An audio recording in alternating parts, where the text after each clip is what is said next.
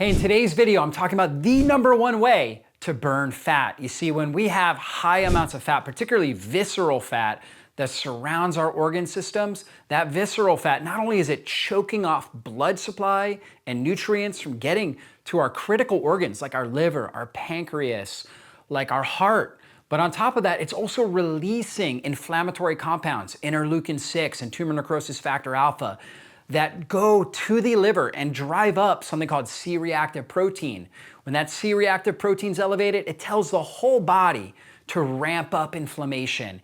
And that starts to age us quickly, damaging our skin, damaging all of our organ systems, and not allowing us to function well. So it's really important that we become a really good fat burner. And the only way to burn fat for fuel is to get your insulin levels down. So what is insulin? Insulin is this superhero hormone that comes out of the pancreas and takes sugar molecules out of the bloodstream and puts them into cells. Why is that important?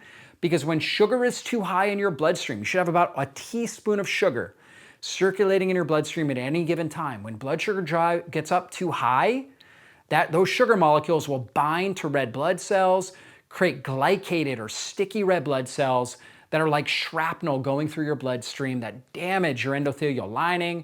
They're not able to get oxygen and nutrients to cells, and they just cause major dysfunction. So insulin helps prevent against the formation of these glycated red blood cells. But when insulin is elevated, because we're constantly spiking our blood sugar and eating very insulogenic foods that elevate insulin, it causes our body not to be able to burn fat, and instead we start to store fat and create visceral fat. What are signs that we have high insulin levels? Well, you might have cravings throughout the day. If you're having a lot of cravings, particularly sugar cravings throughout the day, most likely you have blood sugar imbalances and insulin resistance. On top of that, if you're having trouble losing weight, maybe you've tried diet and exercise and you couldn't lose weight, you're most likely you have high insulin levels.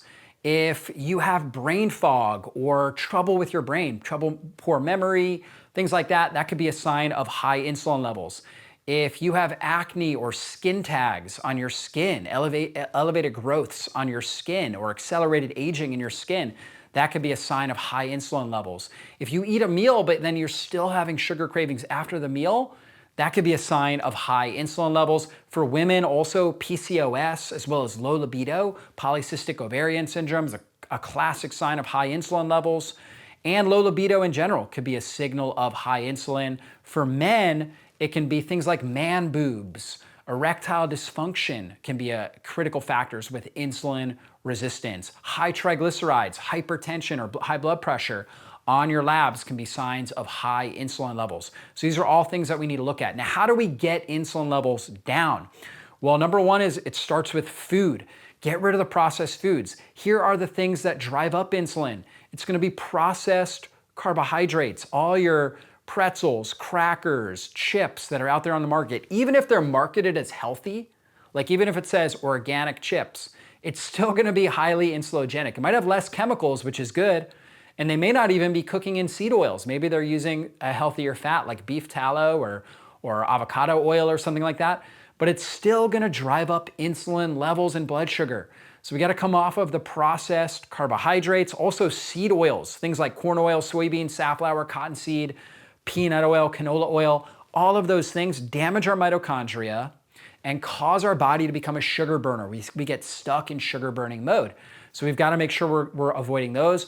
And we try to avoid as much chemicals as possible. Additives, preservatives, pesticides, herbicides. We want to avoid as much of that as possible because all those things poison the mitochondria and cause us not to be able to burn fat for fuel. So we avoid those things. Instead, we try to eat as much whole, real foods as possible. Prioritize good protein, making sure you're consuming 30 to 50 grams of protein in every meal, ideally from things like grass-fed beef, lamb, bison, pasture-raised chicken, turkey, wild-caught fish, wild-caught seafood, pasture-raised eggs. Trying to get really good high-quality protein in your diet, prioritizing that, making sure you're getting healthy fats, things like extra virgin olive oil, beef tallow, which is beef fat that you can use to cook with. Grass-fed butter is a really good fat source. Coconut oil can be good. Avocados, great fat sources. So we're making sure we're consuming those fat sources, and then colorful fruits and vegetables. Each different type of color has unique phytonutrients. Reds, for example, might have things like lycopene, which we find in tomatoes, or they can have things like, for example, ellagic acid, which we find in pomegranates and raspberries. Purples have things like anthocyanins and resveratrol that we find in blueberries or red onions. Okay, you can also find things like quercetin in a lot of these purple foods, like onions, for example, and capers and different things like that. And so we want to make sure we're getting a lot of these different types of colors. Greens, of course, have chlorophyll in them. So we want to make sure we're getting a unique blend of colors. Citrus fruits that have vitamin C, bell peppers have vitamin C. All of them have unique compounds that are going to help with mitochondrial function and help our body burn fat for fuel and keep insulin down. So making sure we're getting colorful fruits and vegetables, and then also making sure that we are consuming different types of herbs can also be really, really beneficial as well, right? Things like cinnamon, as well as all of our Mediterranean herbs, oregano, basil, thyme, sage, rosemary. They have great smells. They're great for our digestive system and great for blood sugar stabilization. So we want to do that.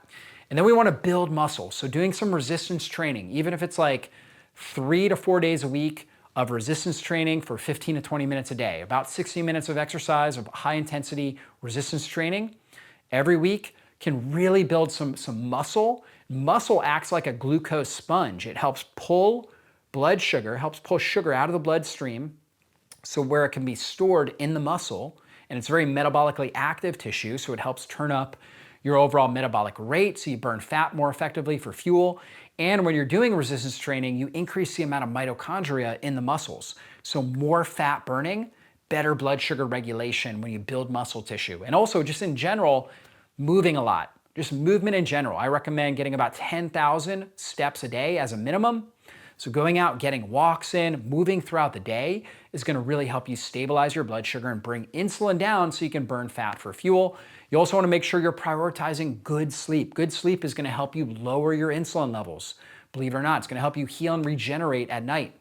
When you sleep poorly, you're going to have more insulin resistance and more cravings, more blood sugar imbalances and cravings the next day. So prioritizing really good sleep by making sure that at night, you turn your lights off, you dim your lights, you use red lights or blue light blocking glasses at night if you're on any electronics, or if you're out, just reading or whatever it is that you're doing. You're trying to block as much of the blue light as possible, which will allow you to secrete the right amount of melatonin at night to sleep. And melatonin also, not only is it a sleep hormone, but it also protects your mitochondria. So we really got to prioritize good sleep. Making sure that your room is as dark as possible, or you have an eye mask at night. That can really help with good quality sleep. Not exercising too late, not eating too late, all good ideas. Making sure you get sunshine throughout the day.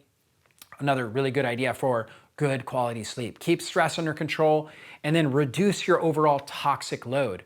If you're being exposed, if you're drinking out of plastic water bottles, for example, and utilizing a lot of plastic, do your best to minimize that. All that plastic has microplastics that are associated with metabolic disease. We want to reduce our exposure to plastic. You can't get rid of it altogether, but reduce your exposure. Check your home hygiene products. They might have things like phthalates and parabens that are these forever chemicals that throw off your hormones and increase your risk of metabolic disease. So make sure that you're checking your home products, your household products, your hygiene products, all that kind of stuff, and trying to go as natural as possible. You can get an air purifier, you can get a water purifier. All those are really good ideas. Get out in nature, get sunshine. Sunshine is actually one of the best ways to improve your insulin sensitivity, because it actually charges up the mitochondria within your cell when you're getting good sun exposure. It will charge the mitochondria in your cell, as well as boost your vitamin D levels, which will improve your overall metabolic health. So getting out in the sun, getting out in nature can really help that process. You're also getting fresh air, lowering your toxic load when you do that. So these are all great strategies, but really it starts with the diet. Get rid of those processed foods, focus on good, healthy foods, high protein diets with lots of healthy fats, colorful fruits and vegetables. Get herbs into your system. That's all going to really help. And also use apple cider vinegar. Just take a tablespoon of apple cider vinegar either before meals or at night before you go to bed.